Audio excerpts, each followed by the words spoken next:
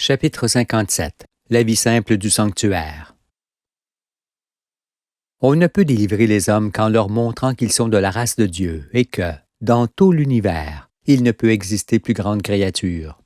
Et ce qui est expliqué dans ce livre s'y rapporte, car ce n'est point l'esclave qui délivre, mais l'homme libre. Comme est libre l'agneau qui ouvre aujourd'hui les portes du royaume à ceux qui sont choisis de Dieu. Sur le royaume des cieux. Vous n'ignorez plus que le royaume des cieux est le royaume de Dieu qui s'établit autour de chaque étoile, comme il s'établit en ce jour sur la terre. Pour cette raison, il faut entendre le royaume de Dieu dans les cieux, dans tout l'univers. Si je persiste à le dire, c'est parce que vous pensiez que lorsqu'une personne mourait, elle montait dans le royaume de Dieu, que d'autres appellent le paradis. Si cela était, les morts monteraient dans des mondes appartenant à d'autres. Cessez plutôt d'être des nourrissons et pensez à ce que nous avons déjà dit. C'est-à-dire que si vous prenez part à la résurrection qui s'opère aujourd'hui, votre âme restera sur la terre dans l'inconscience du temps qui passe, et qu'elle retrouvera un corps de chair autant de fois qu'il y aura de changements solaires.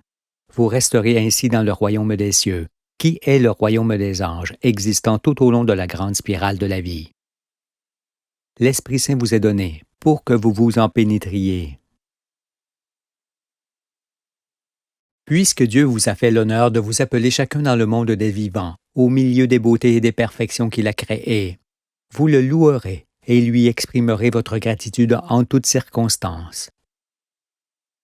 Quand vous contemplerez les étoiles, la lune, la terre et la mer, chacun dira en son cœur pour le servir. Toutes ces merveilles autour de moi sont les ouvrages de tes mains, ô Dieu du ciel, et sont ma vie que tu animes par ton souffle. Je comprends que je suis l'une de tes demeures et le gardien de ton jardin qui doit conserver l'ordre que tu as toi-même établi. Aussi, pour ne pas détruire ta création, Père juste, je te fais le vœu de garder la terre nourricière précieuse comme ma mère. Je ne changerai point sa face, je ne la souillerai point. Je ne toucherai point à ses sites, à ses rivages, à son relief, à ses forêts, à ses eaux, ni à aucun autre élément qui resteront tels que tu les as créés. Je ne modifierai point la nature des êtres, ni leur nombre, car tout est parfait. Je te fais la promesse de m'attribuer que les ouvrages de mes mains, selon ta nouvelle loi, avec laquelle tu fais alliance éternelle avec les hommes. Et, selon ta volonté, j'habiterai le pays de mon peuple seulement. À chaque instant de ma vie, je pratiquerai ta loi pour rester responsable de mes actes et sauver mon âme. Et je me dresserai vigoureusement contre ceux qui enfreindront tes ordonnances et tes règles, jusqu'à y laisser mes forces si c'est nécessaire et ma vie s'il le faut. Je conduirai mes enfants sur tes sentiers, Père juste, et leur enseignerai tes préceptes tant que tu me donneras souffle de vie. Si donc votre désir est de marcher avec Dieu, et de ne plus jamais vous confier en l'homme, ni de détenir aucun pouvoir sur vos frères et sœurs comme la loi le commande, et que vous vous engagez à habiter seulement le pays de votre peuple, sachez que vous êtes pour toujours délivrés des puissances du mal et que le nombre de vos jours sera grand. Vous irez dans le royaume où les bénédictions du Père ne vous seront jamais retirées, et votre maison sera féconde et prospère. Les joies de votre bonheur ne tariront pas, car Dieu aime ceux qui le servent. Il leur donne de la vigueur et ne les récompense point avec mesure. L'Écriture le mentionne. C'est le Dieu d'éternité, l'Éternel, qui crée les extrémités de la terre. Il ne se fatigue point, il ne se lasse point. On ne peut sonder son intelligence. Il donne de la force à celui qui est fatigué, et il augmente la vigueur de celui qui tombe en défaillance. Les adolescents se fatiguent et se lassent, et les jeunes hommes chancellent. Mais ceux qui se confient en l'Éternel renouvellent leur force. Ils prennent le vol comme les aigles. Ils courent et ne se lassent point. Ils marchent et ne se fatiguent point. Consacrez-vous alors au Très-Haut, afin que votre existence s'éclaire d'une lumière nouvelle. Mais s'allier au Dieu d'éternité, en lui faisant le vœu solennel de n'obéir qu'à sa loi, ne signifie nullement la privation de quelque chose de bon et de favorable aux réjouissances de la vie. Cela veut dire, au contraire, s'harmoniser avec la nature pour tirer plaisir de tout ce qu'offre la terre des vivants. Pour ces raisons, et parce qu'il donne un corps de chair pour qu'on le regarde, touche et prenne toutes les bonnes choses de l'existence, le Père rejette les sacrifices personnels et les offrandes qui lui sont faites et abobine ceux qui se flagellent, se frappent et se déchirent la chair pour attirer ses regards. Car ce n'est point pour de telles démences qu'il crée les hommes, mais pour qu'ils ressaisissent leur âme dans la joie.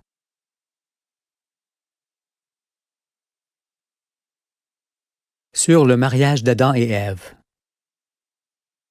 Lorsqu'on s'engage à servir le Père, on ne doit pas le faire au détriment de l'union de l'homme et de la femme, qui ont été créés pour s'épouser et vivre ensemble, et non pour demeurer séparés.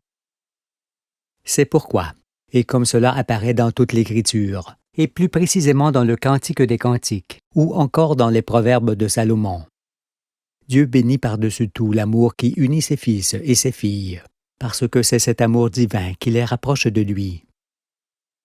Mais, à cause des religieux qui ont infériorisé et repoussé la femme, certains se demandent si l'acte de chair est un péché. Sur ce plan, je dis ouvertement et clairement que l'attirance physique entre hommes et femmes est due au plaisir et à la satisfaction qu'ils retirent de leur rapport corporel. Sans cela, il est certain qu'il n'y aurait aucune continuation possible du monde, parce qu'il ne ferait absolument rien pour procréer. S'il en était ainsi sur Terre, il en serait de même dans tous les mondes de la roue. Alors, les étoiles et leurs astres n'existeraient pas, parce que leur raison d'être est justement celle de faire vivre les mondes.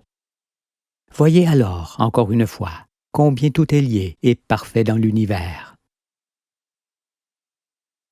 Sachez donc tous que l'acte de chair est un transfert de force nécessaire au bien-être et à l'équilibre de l'homme et de la femme, qui peut déclencher le processus créatif à leur insu. On retrouve ici l'émission-réception, ou l'apport-dépense, qui sont l'origine et le maintien de tout corps et de tout être de l'univers. Comme la planète dépense la force qu'elle reçoit du Soleil, la femme dépense la force qu'elle reçoit de l'homme. En raison de cela, il ne peut y avoir péché dans l'acte de chair.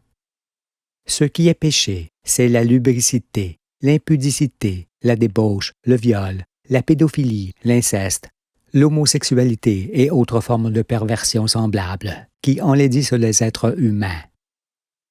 Aussi, que tous ceux qui salissent l'amour d'Adam et Ève par toutes sortes de vices et d'actes malsains soient maudits à jamais.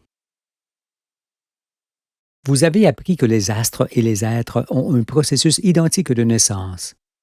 C'est pourquoi, dans la conception et la création du mâle et de la femelle, les deux côtés du courant créatif montrent que le mâle est toujours formé en premier et la femelle ensuite, dans un même mouvement. Pareillement au Soleil qui apparaît avant la planète et le petit satellite auquel il est lié. Il s'agit de l'ordre du courant créatif duquel descend l'ordre des familles. C'est pourquoi Adam et Ève désireront toujours vivre attachés l'un à l'autre par les liens de l'amour. Ainsi, ils fonderont leur famille, qui s'entend quand l'enfant paraît. Car, lorsque l'homme et la femme s'unissent, ils sont une famille en préparation, qui n'est achevée que le jour où les grands-parents donnent la main à leurs petits-enfants. Si donc, vous avez à l'esprit les deux parties complémentaires du courant créatif, que l'on voit aussi à travers l'image du générateur et de la résistance, vous savez que tant que ces deux parties existeront dans l'univers, mâle et femelle demeureront. Cela signifie que, même lors des renaissances qui se feront tout au long du chemin de la vie, Adam et Ève seront toujours hommes et femmes.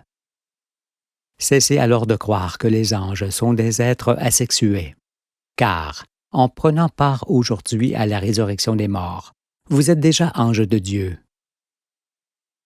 Lors de ces renaissances corporelles qui se feront à partir des âmes méritantes, peut-être n'y aura-t-il plus procréation, Dieu le sait. Mais il y aura toujours contact entre Adam et Ève, qui demeureront tels qu'ils sont dans leur genre.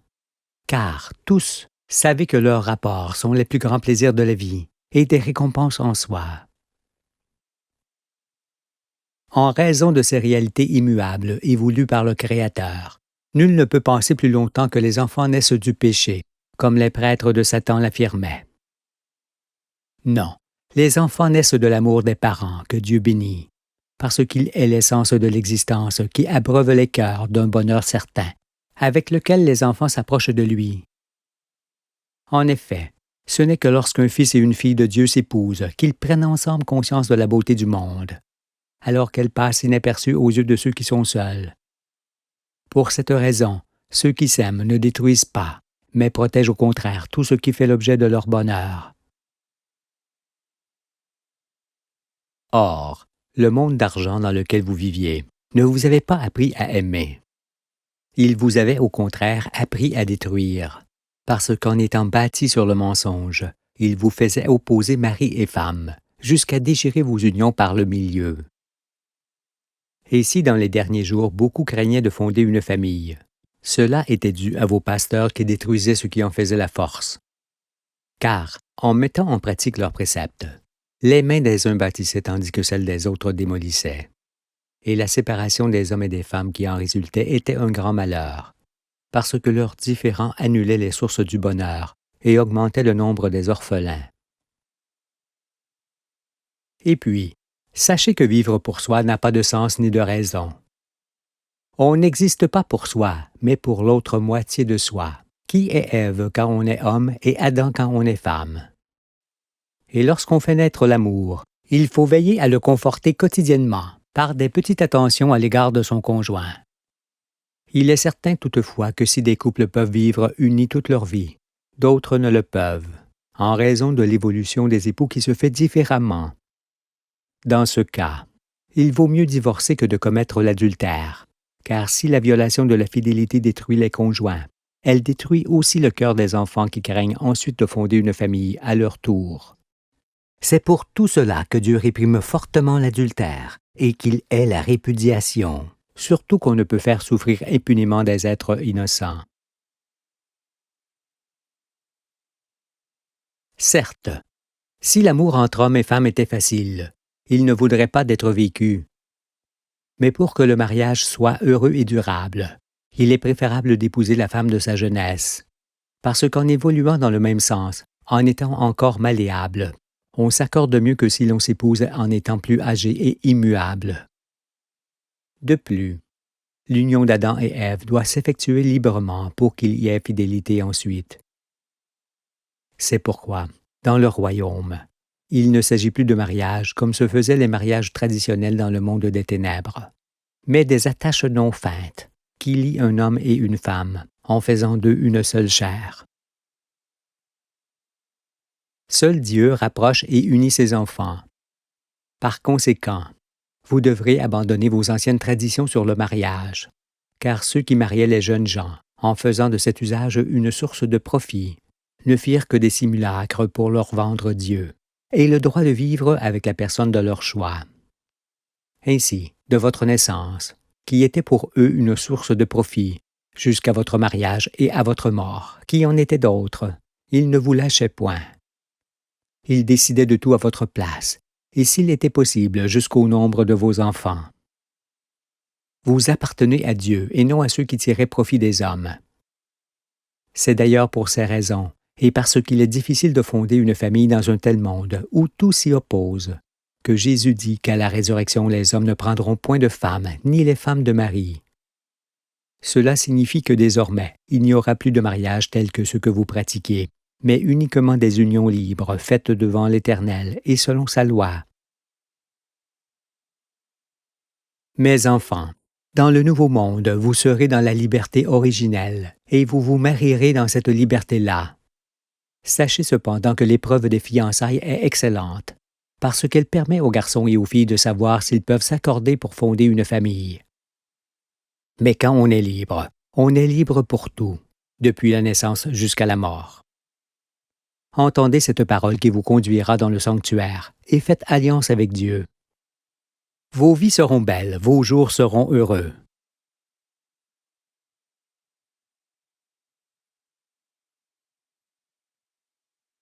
Sur l'éducation des parents. Il convient aussi de savoir qu'Adam et Ève ne donnent nullement la vie, ni à leur enfant, ni à leur œuvre. Quand Adam féconde Ève et qu'elle enfante, c'est grâce au Père et non à eux-mêmes qu'un petit enfant vient au monde. Serait-il Dieu pour donner la vie? On remarque cependant qu'au sein de la création, plus un être est complexe, plus il a besoin d'assistance après sa naissance.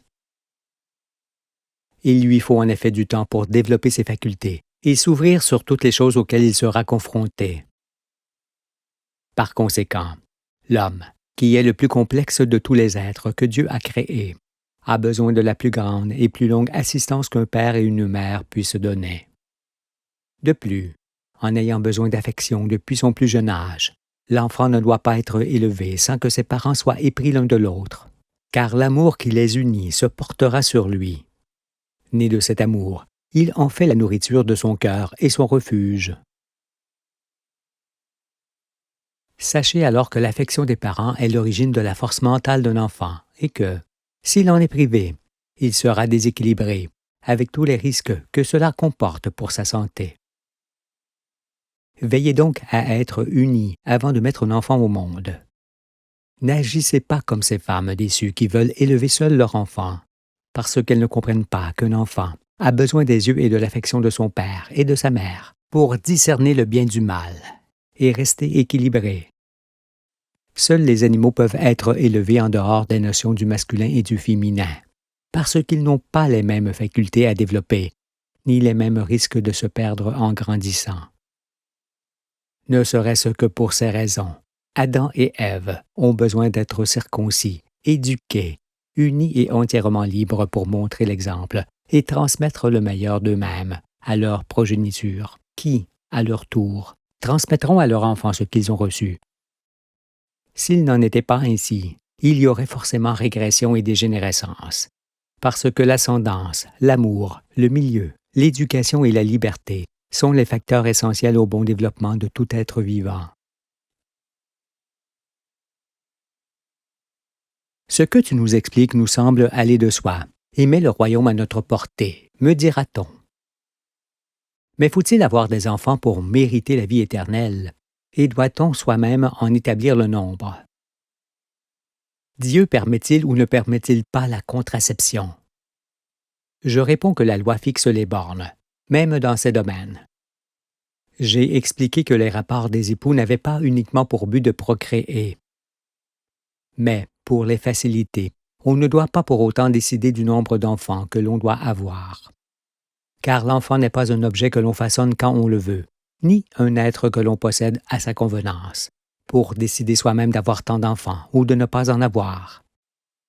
Non, seul Dieu l'appelle dans le monde, car lui seul sait s'il doit ou non exister. C'est pourquoi il ne vous demande pas d'avoir un nombre d'enfants déterminé, ni ne vous oblige à procréer pour mériter la vie éternelle.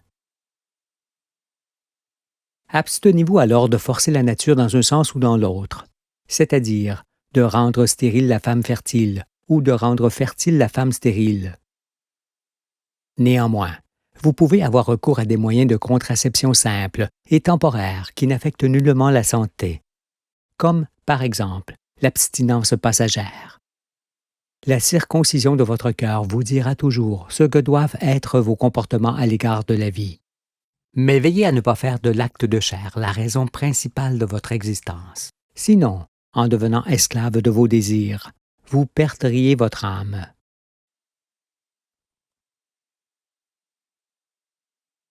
Sur l'éducation des enfants. En sachant que la formation des astres et celle des êtres sont semblables, on ne peut plus ignorer que le masculin et le féminin découlent du même principe d'existence. Ce qui permet de voir que l'homme est apport et la femme dépense, ou que l'homme est esprit qui féconde et que la femme est vie qui donne naissance. En la matière, on peut également comparer l'homme à la graine et la femme au jardin. Or, comme on sait qu'une bonne graine et un bon jardin donneront ensemble naissance à une bonne plante, on sait qu'il en sera forcément de même pour l'enfantement.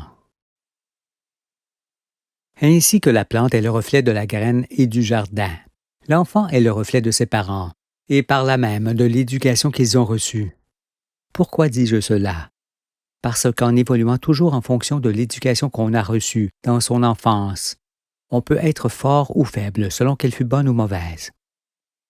Il est pour cela manifeste que l'éducation rentre dans la composition des supports de l'hérédité, comme le milieu ou la liberté dans lesquels on vit. L'éducation n'est pas directement héréditaire. Cependant, elle se trouve être l'origine des bonnes ou mauvaises prédispositions d'un individu.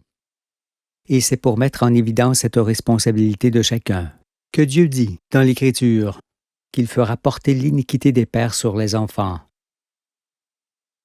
L'éducation que l'on reçoit dès son enfance et qui se conforte tout au long de l'existence par les expériences vécues est donc fondamentale. Il convient alors d'éduquer l'enfant dans l'Esprit de Dieu et de le conduire sur ses sentiers. D'autant qu'enseigner l'enfant de la sorte, c'est aussi sauvegarder le monde entier. Par conséquent, son éducation doit être d'abord orientée vers la circoncision du cœur, avant de l'être sur les moyens d'atteindre un objectif. Car vivre, c'est d'abord comprendre et aimer les œuvres de l'Éternel. Or, on ne peut les comprendre et les aimer sans avoir un cœur dûment circoncis. L'humanité ne peut donc être achevée qu'au soir du monde, qu'au jour où elle atteint la connaissance et comprend l'importance de la circoncision du cœur. C'est alors que ne restent sur terre que ceux qui peuvent éduquer leur progéniture, parce que, dans leur royaume, un enfant non éduqué ne pourra nullement subsister. Il succombera à la loi. Pour ces raisons, Dieu ne s'adresse pas au monde qui n'a pas de tête, mais s'adresse à son Fils unique qu'il place à la tête du monde pour qu'il se fasse entendre des hommes et des femmes de tous les peuples. En effet, le monde s'entend d'abord formé par Adam et Ève, ensuite par leur famille, puis par une association de familles formant une tribu, puis par les tribus d'un peuple, puis par les peuples d'une génération, et enfin par les 4 générations colorées du monde entier. Aussi, ceux qui ne conçoivent plus Adam et Ève unis, en famille et responsables de tout, sont à bannir du milieu de vous. Parce que l'homme qui rejette la femme et la femme qui rejette l'homme sèment la confusion et le trouble parmi les populations. Ils ne peuvent alors entrer dans le royaume de Dieu, dont la famille est la base. Surtout que renier les œuvres du Père, l'homme et la femme, c'est renier son Fils et tourner le dos au salut qu'il apporte.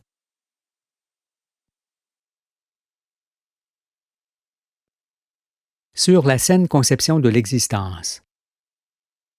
Par ailleurs, et pour être d'une constitution robuste, les nouveau-nés doivent être élevés au lait maternel et non avec du lait d'animaux, car ils ne sont pas des animaux. Ils seront ainsi protégés de certaines maladies, et leur mère de même. De plus, pour qu'un très grand nombre d'autres maladies disparaissent du milieu de vous, convenez tous qu'en éliminant de votre quotidien le sucre, l'alcool, le tabac et autres plantes toxiques, ainsi que le porc domestique avec les produits que l'on en tire, vous éliminerez la plus grande partie de celles qui vous frappent. Avec vos médecins, énumérez les dérèglements, les maladies et les morts ayant ces produits pour origine. Et vous serez stupéfait par leur nombre et le désastre que cela occasionne dans les peuples. Aussi, pour en perdre le goût et ne plus être tenté d'en consommer, je vous conseille fortement de ne plus jamais extraire le sucre et l'alcool des végétaux, et de ne plus cultiver les plantes que l'on fume et celles desquelles on extrait des produits toxiques. Parce que la meilleure façon de soigner, c'est d'abord d'empêcher la venue de ce qui provoque des maladies. C'est pourquoi vous vous abstiendrez aussi d'élever des porcs, car leur chair est probablement la plus malsaine que l'on puisse trouver. Comme on ne peut se nourrir de toutes sortes de végétaux, on ne peut se nourrir de toutes sortes d'animaux. C'est pour cela que Moïse énumère dans le Deutéronome les animaux que l'on peut manger ou qu'on ne doit pas manger. Et puis sachez que moins on mange de graisse et de chair animale, plus on augmente le nombre de ses jours. D'autre part, on ne doit se nourrir que des bêtes que l'on tue soi-même. Sinon, on ne peut avoir du respect pour leur vie, pour leur nombre et pour leur race. Et vous vous garderez bien de tuer celles qui vous assistent quotidiennement, ainsi que l'ensemble des animaux familiers, car c'est aussi une question de cœur et de dignité. Comprenez-vous par ailleurs que les bêtes qu'on élève dégénèrent au fil des ans. Privées de leur liberté, de la nature, de leur nourriture originelle et de leurs prédateurs qui les maintiennent en bonne santé, elles ne peuvent que régresser. À cause de cela, les bêtes d'élevage, qui paraissent belles en raison des sélections continuelles que les hommes ont opérées sur elles, pour qu'elles soient toujours d'un meilleur rapport, sont en vérité des bêtes qui ont depuis longtemps perdu leur qualité, notamment nutritive. C'est pourquoi Dieu vous commande aujourd'hui de faire retourner à l'état sauvage tous les animaux que vous éleviez. Qu'il s'agisse de menus ou de gros bétail, ou de bêtes de basse-cour, tous doivent réintégrer la campagne, les pâturages, les landes, les forêts et les lieux humides pour retrouver leur liberté et leur état naturel. C'est alors que vous pourrez les chasser pour vous nourrir, en veillant encore une fois à ne manger que ceux que vous aurez vous-même abattus. Étant seulement au commencement du chemin de la vie, on ne peut continuer d'élever des espèces qui ont déjà perdu les qualités de leur race à cause de l'exploitation abusive qui en a été faite. C'est donc l'ensemble de ce dont on se nourrit qui doit retourner à l'état sauvage pour servir de réserve éternelle. Les bêtes, assurément, mais aussi l'ensemble des céréales, des légumes, des tubercules, des plantes potagères, des fruits et autres espèces de végétaux. Après quoi, on pourra prélever des spécimens pour les élever et les cultiver, avant d'en changer à nouveau. On ne peut effectivement sélectionner à l'infini des spécimens de chaque espèce en fonction des critères que l'on établit soi-même, parce qu'il n'y a pas mieux pour dénaturer ce dont on se nourrit. Les gènes sont les reflets de l'état du monde. C'est pourquoi seule l'interdépendance des éléments de la création est en mesure de garder ce qui doit l'être et d'ôter ce qui ne doit point exister. Forgez-vous alors un nouvel esprit plus proche des réalités, car tout ce que Dieu crée est parfait. En raison de quoi, vous ne laisserez point vivre ceux qui tenteront encore de modifier les organismes par toutes sortes de manipulations d'éléments du chromosome, parce qu'ils ne sont point les créateurs des créatures pour modifier leur nature et celle du monde entier. Dorénavant, dans le sanctuaire, vous devrez recourir à des méthodes plus naturelles que celles que vous employez dans ce monde pressé. Pour vous nourrir et éviter la maladie qui vous emporterait, vous rechercherez toujours la nourriture la plus simple et la plus digeste. En ce sens, vous éviterez les plats richement cuisinés et vous vous abstiendrez de consommer le sang des animaux. D'autre part, vous devrez manger seulement des produits frais ou des produits que vous conserverez vous-même à l'état naturel dans votre cité. Sur ce point, sachez que le fait de congeler les aliments pour les conserver indéfiniment est une contrainte inutile et un désastre pour la qualité, comme l'est aussi ceux que l'on conserve artificiellement avec des produits chimiques. Ces façons de conserver et de distribuer les aliments n'appartiennent qu'au monde de folie qui s'achève. Mais d'aucune manière, vous ne les reproduirez dans le sanctuaire, où vous consacrerez tout votre temps à préparer vous-même ce que vous consommerez. Vous reviendrez alors à des méthodes simples. Par exemple, vous garderez le vin dans des tonneaux, les céréales et l'huile dans des jarres, les autres denrées dans des pots de terre émaillés ou dans des récipients de verre dépourvus d'air et dûment fermés, car il n'y a pas mieux pour préserver leur qualité. Avec ce même esprit, vous confectionnerez vos vêtements avec des matières naturelles que vous teindrez dans les coloris dégradés de la nature, et vos maisons seront pareillement bâties avec les matériaux locaux. Ainsi, avec cette vie naturelle et simple, vous garderez le sommeil paisible de votre enfance. Vous serez alors en bonne santé et heureux d'évoluer sur la terre avec laquelle vous vous confondrez.